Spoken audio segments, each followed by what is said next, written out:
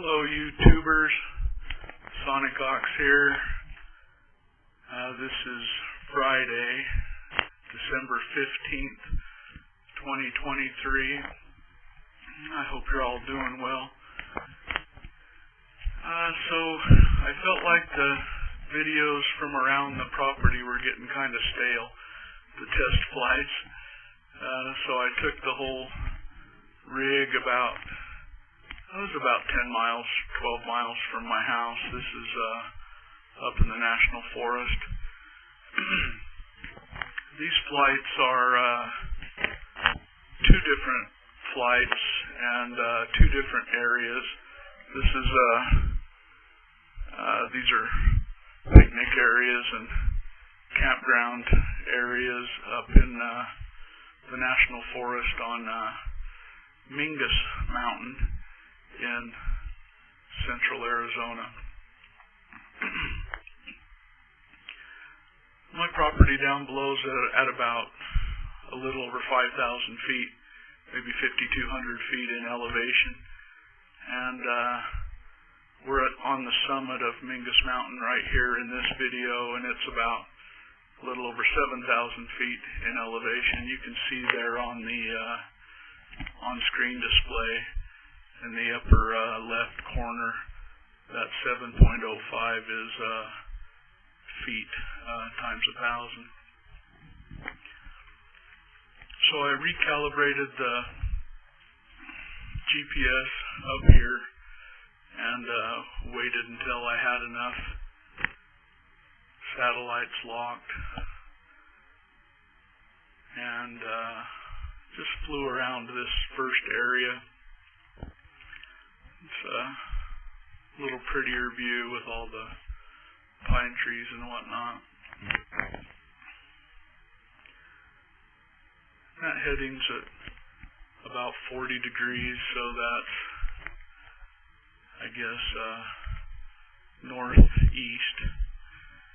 And when I get up above these trees, a couple hundred feet, you can see down into the Verde Valley and the towns of Cottonwood, and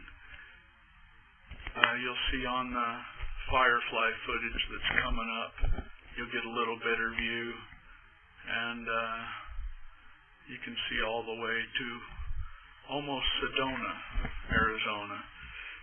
That'll be the red and pink rocks in the far distance on the horizon there. These were pretty long flights, actually. This first one was over 10 minutes, maybe 12 minutes, and the following one was 6 or 7 minutes. The battery packs are working out real well. I'm running a 6S lithium ion pack, and I'm getting about 15 minutes out of that, and I'm getting about between 8 and 10 on the lithium polymer pack. The lithium ion pack is a 4,000 milliamp hour, and the lithium polymer pack is a 1,300 milliamp hour. But I get a little bit different flight characteristics out of each also. Of course, the lithium polymer pack, the LiPo, is punchier and more immediate and powerful, but it doesn't last nearly as long, about half as long as the lithium ion pack. They're both 6S. And then the lithium ion pack is 6 of those, 21700 cells, and it's pretty interesting. I like the flight characteristics of the lithium ion packs. Also, they're good for long cruises, and you can discharge them a lot lower than you can a LiPo. The manufacturer says a full voltage is 4.2 volts per cell, and then the storage voltage is 3.64 volts per cell, and the cutoff voltage is 3.0 volts per cell, and I don't take them nearly that low. I treat them kind of like the lipos. I mean, I'll take them lower than that, but so, you know, I'm full at about 24.6 volts or even 25 volts, and then I run them down below 19, and maybe 19 and a half. I want to be pretty easy on these batteries so they'll last. You know, they aren't cheap, so I try to take care of them. This is more just flying around that first area. Mrs. Ox and Sage are on a little hike. You might see them in and out of the video.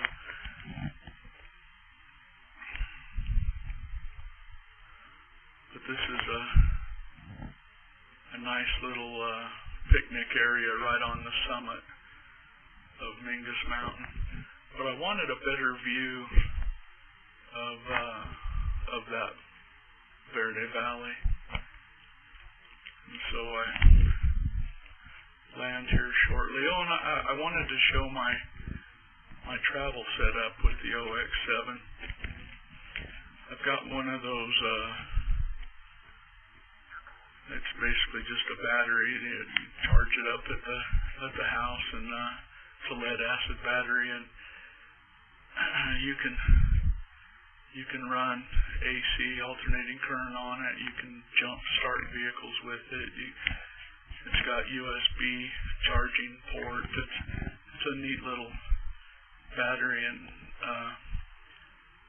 I found that I can charge it up on the aux box power, the van, and then when I get to the area where I intend to fly, it'll be all charged, and I can charge my OX7 batteries right from it.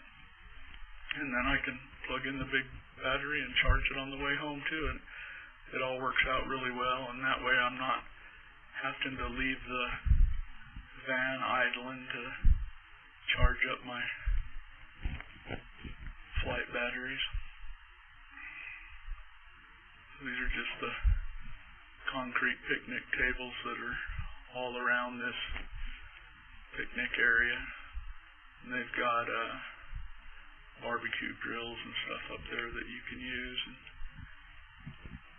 there's restrooms all over and stuff. It's not real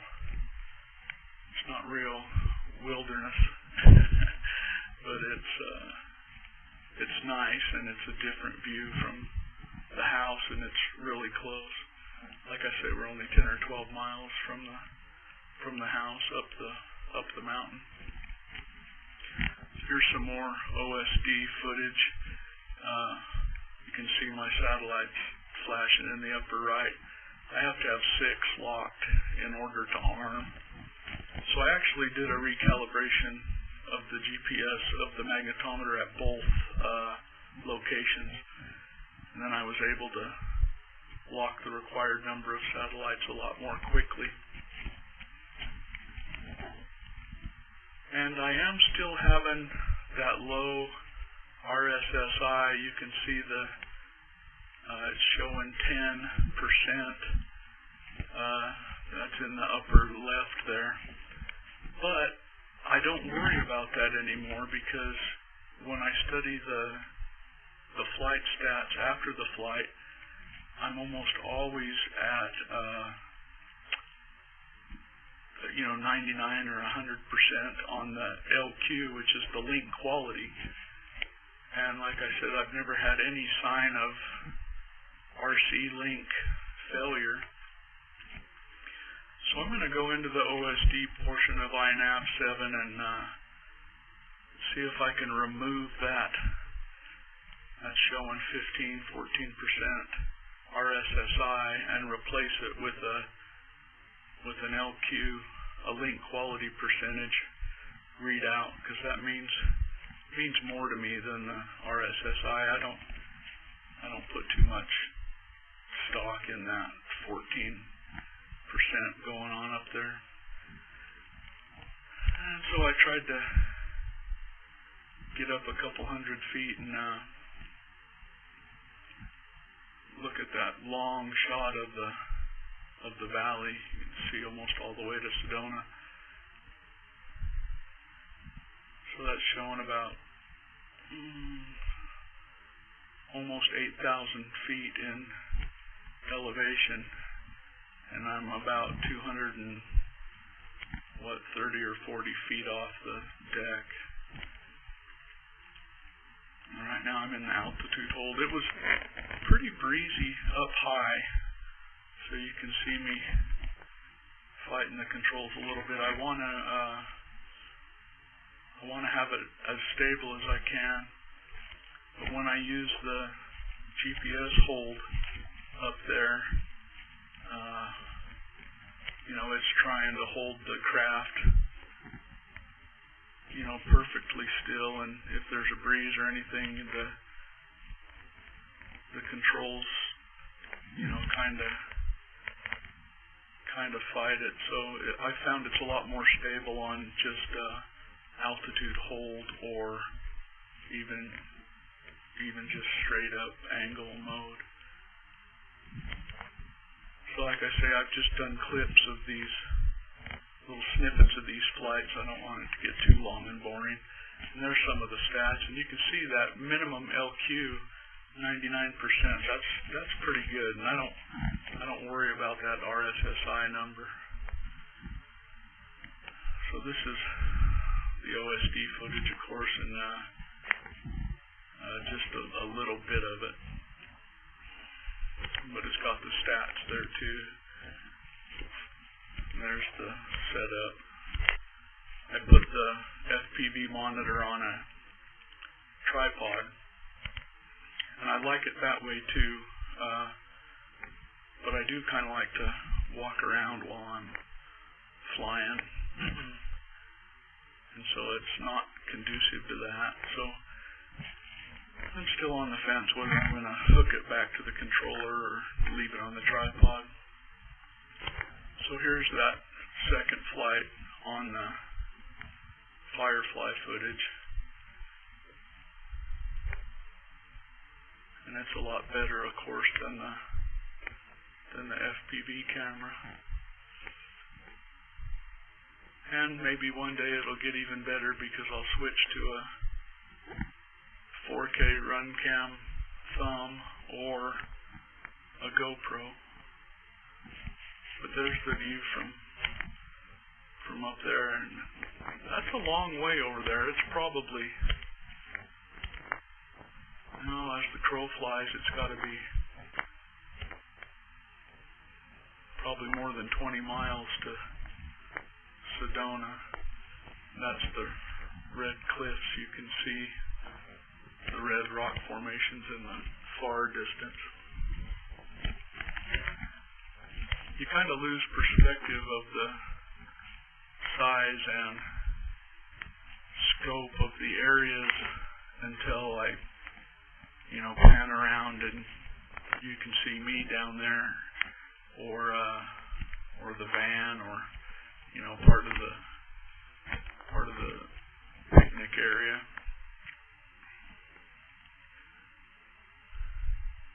And I'm sure the video would be a lot more grand if I was brave enough to fly out over that abyss, which I will, but this setup is a little too new. I'm still kind of testing and getting used to it, and I'm just plain not a good enough pilot to capture the kind of video that I want to, but I get better all the time, and these videos will get better also over time. But I really appreciate you guys watching, and I appreciate the input from the fellow quad pilots out there that have advice on setting these things up in iNav, and I'm getting a better handle on the software and learn how to tune them if I need to. I haven't had to do much tuning at all on this. The defaults in the iNav for the 7-inch quads, I think they're really pretty good. I don't have a lot of jello in the video that I am taking, so I haven't messed with the PID tuning, anything like that. Like I say, I want to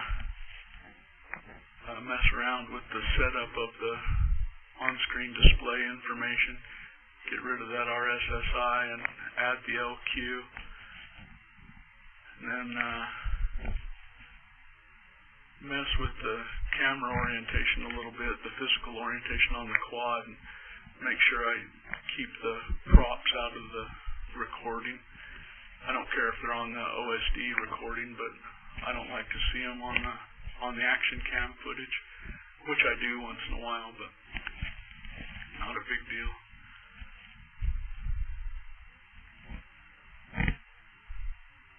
This is a really pretty area, and I love that it's so close to the house, and being that high in elevation, you probably noticed in some of the shadows there's a skiff of snow.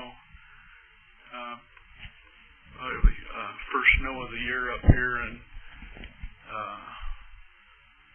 it doesn't last in the sun and heat of the day, but you can still see a skiff in the shadowy areas.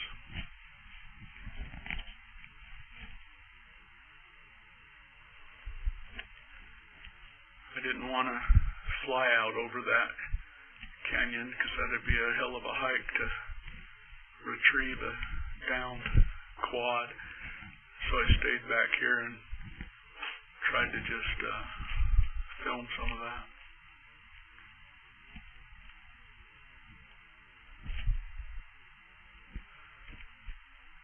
Here we are landing, and you can see some of the footage of the setup and the area. It was a really pleasant day, a little chilly, but not too bad. Not much wind down low, but when you get up a couple hundred feet in the air, it's windier up there. So that's about it for me. Again, I appreciate you watching, and these videos will get better and better, and the locations will get more and more interesting, and hope to have some better footage.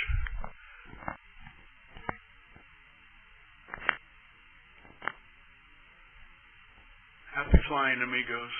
OX out.